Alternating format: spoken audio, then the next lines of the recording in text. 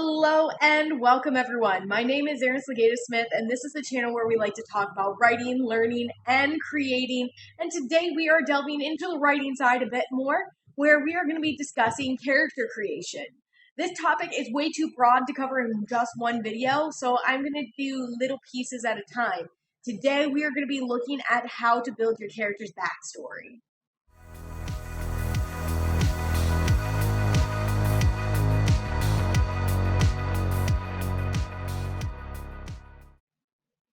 Backstory is a multi-level process because it is simply anything that happened before the now that is the story.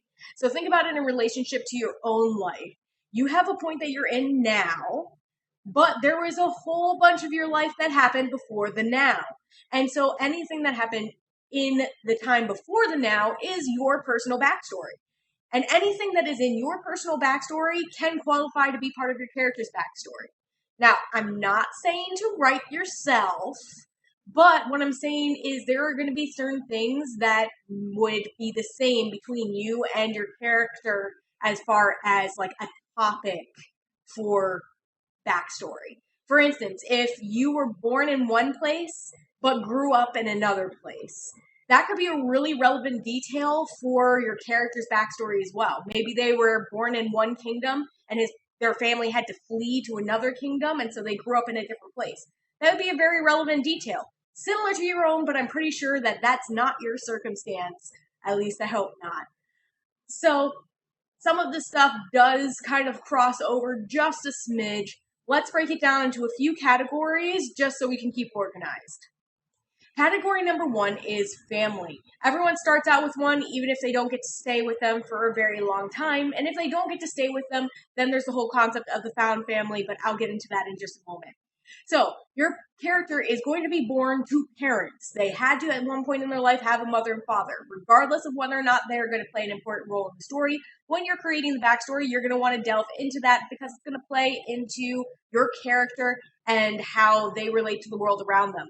Did they know their parents? Was it a good relationship? Very important information for how they might relate to others, in particular, people who might fulfill some sort of father role or mother role in the story for them. If they had a bad relationship with their father, maybe that father role that comes up in the story is going to be a redeeming father. Or maybe they're really hard to relate to because they're too much like the character's father. I think you get the picture. So you need to think about their parents. You also need to think about siblings. One, because they might show up in the story at some point. Two, because it's once again going to play into how they relate to the other characters in the story. If they had a positive relationship with their siblings, they will be more likely to get along with other characters who are similar to those siblings. If they had a bad relationship with those siblings, the opposite will be true. Basically, the family that you start out in kind of starts your baseline for how your character is going to relate to other people. It's kind of true for you too, but then we get into the found family side of things, and that's when it starts to get a little bit more particular. The found family are people who end up replacing family members or being added onto the family, even though they're not related by blood. This can be good friends, this can be adoptive family. Either way, it is a super important part of your character's life. All of us, I hope, have some level of found family where you have a friend who you're just super, super close to, and they feel like they're your brother or your sister because of how close you are to them. That's what a found family is. In fact, there are quite a few stories that are completely revolving around the concept of the found family, where it's about those friendship relationships that are being built, not just the actual blood tie relationships. Category number two, the hometown. Now, your character could have been born one place and grown up another. What their hometown is going to be for this category's sake is the place where they spent their childhood years. Now, if your birthplace versus where they grew up is going to be important, you definitely will need to make note of that, such as in my earlier example where they were born in one place but had to flee to a different kingdom because of whatever reason. It will be important to know where they were actually born, but when filling out information about a hometown, you're going to be thinking about where they spent their most growing up time. What kind of place is it? Let's look at a few different things. So the first thing that's going to factor into your hometown is the number of residents. Now, depending on your setting, you might live in what would constitute a city, like New York City, but maybe you're in a post-apocalyptic time space, so there's still only like 100 people living in New York City, even though it's a city. Or maybe you are in an actual city and there's 10,000 people there or more. Some cities are pretty huge. It will be important for understanding like how small towny relationships might fit in. If you are in a place where there are lots and lots of people, it's less likely that just everybody is going to be able to relate to each other and know each other very quickly. But if you're in a small number population area, it's more likely that people will know pretty much everyone or at least an idea of everybody's business, and it will completely change like the mood and the setup for what that hometown experience is like. The next thing that you are going to think about is what do the structures actually look like? For instance, if you're thinking about a small town versus a city, or a city in America versus a city in England versus a city in Korea versus a city in China, it all will look a tiny bit different, and that will be because of the cultures that are represented in those areas, as well as the efficiency required for those buildings. In a more country type setting, the buildings will be able to be smaller and more spaced out because there is more room and less of a demand for more people to be occupying the space. Where in cities, you're going to have more packed together and taller buildings to accommodate the fact that there is a much larger population size. And then if you look at different cities all across the world, you will see that there are different types of architecture that pop up depending on what culture is most prevalent in that area, especially in historical areas. So depending on what type of story you're writing, the architecture can actually be very important, and it can be very important for grounding your reader into this is the kind of space that we're working with. For instance, fantasy most often is set in a medieval European style, so there's a lot of description of stone buildings and castles. But if you are trying to do one that has more of an Asian flair to it, maybe because you want to broaden the horizons, whatever it is, don't really need to get into all of that. But if you're trying to set it somewhere else other than like what has become the typical idea of fantasy, you need to find a way to describe that. And one of the ways that you can link people more strongly to it is by simply describing the architecture of the town. So that is useful. Also, think about the connections that are going to be available to your character inside that town, because their family is going to be the first thing that is a formation for relationships, but then their relationships with the people in the area where they grew up is also going to be significant. Did they have a father figure outside of their actual father, or a mother figure outside of their actual mother? Did they connect well with people who are in power in the area that they're in? Or are they struggling against that power for whatever reason? So think about the other people and the dynamics of the relationships that could exist in the hometown because of that. Category number 3, significant life events.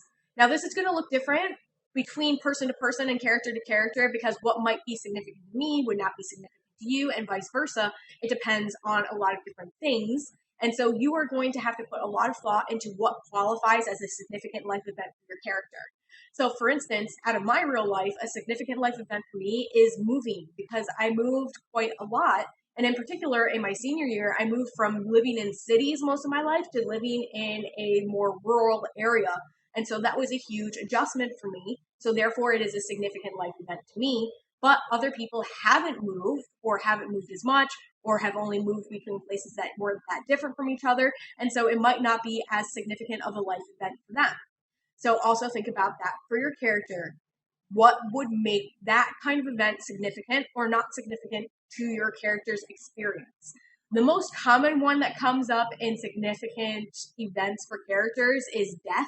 There was a death of a family, there was a death of a friend, there was a death of a significant role model of some kind, because, I mean, you can't get much more significant than death. Especially, there's a tendency in YA and children's literature that's a little bit on the older side, middle grade. There we go. There's the term. Middle grade, where the parents of the character dies. And that is for a variety of reasons, which I will probably delve into on another video. But it is a significant life event. You can't not have that as a significant life event unless there is some reason why it would not be significant, in which case you would have to work more on why it's not significant to your character. So let's just brainstorm together what are some things that might count as significant life events. Not all significant events need to be like a big significant event. For instance, moving is a much less big significant event than death would be. So don't just go for the big ball stuff. Also look for stuff that might be more ordinary, like moving. But just to give you a few more ideas about what significant life events might be, there is things like gaining or losing a friend, gaining or losing a skill, experiencing a trauma of some kind, whether it is a physical or emotional trauma, or finding out that someone that they're close to has a physical or emotional trauma and trying to help their friend or family member cope with that. Significant events will also be bound to the genre that you are writing in. For instance, in fantasy, you might have something like discovering magical powers, discovering someone else has magical powers, discovering that you are a magical creature, discovering that there are magical creatures, discovering you are related to a god, discovering you're related to a demon, discovering all the magic stuffs. That would be a very common significant event list for fantasy. In sci-fi, you might find things related to technology, such as discovering a brand new technology, discovering how a technology is applied in a way that is maybe not so copacetic, and things along those lines. So also be thinking about how a genre might be impacting the significant events in your character's life. Number 4, significant early relationships. Relationships are always going to be a central part to your character, especially in your actual story development phase. But for the backstory, what you're focusing on is the early relationships that were significant or formational in some way to your character. So once again, that circles back to the family relationships, then the friend relationships, then the authority relationships that were surrounding them when they were kids. So let's dig into each of those just a smidge. Family relationships that are significant are going to be based on the closeness or distance, and if there is any kind of trauma related to that relationship from their childhood. For instance, if the parent has died, then there ends up being a trauma related to that relationship. And so even if they had a positive or negative relationship, that death is going to affect how that relationship affects them moving forward. So you'll have to think about how they related to that parent, as well as if there's any other significant life event that's connected to that relationship. Then you have your friendships. I mean, if you look at pretty much any story out there, any TV show out there, there are always like these really close-knit friendships, especially among kid groups. So you are going to be looking at who were the closest friends. Not necessarily how many friends they had, because we all have friends that are on the distance, but there are some that are central, like 1, 2 small group of friends who they are super close to, and they end up forming their identity together as a group as they're growing up, and it affects who they are going to be later in life. Then there are the authority type relationships to think about. Authority takes up many different forms, so you're going to have to think about which ones apply to your character, to your story, and then develop how your character would react to those relationships depending on which ones are actually there. So, for instance, ones that you will be looking at will be things like governmental authority, both on the large and on the small, probably focusing more on what local government looks like in the particular town or city that your character is living in, because that is what they're going to be the most experienced with as a child. Then you're going to have things like police authority or military authority, depending on how law is maintained in the world that you're creating. Then you're going to be looking at if there is some sort of religious authority in your character's life, whether they are a religious individual or not, depending on how you build religion into your story.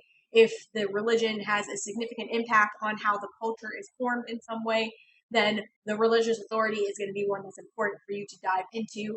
Then if you are dealing with a school authority, that might also be important, such as a principal, disciplinarian, or other sort of school official that might have a significant impact on your character's life.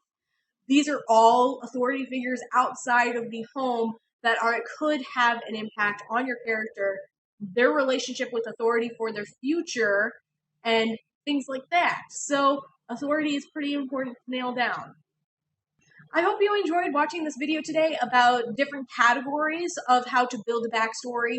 Obviously, we could dig way deeper into each of these categories, and I would love to do so at a different time or in the comment section below with you. I'll have some links below if you would like to do some exercises to work on your backstory building from various websites that I've used in the past. Other than that, please like, share, and subscribe, and have a great one until the next one.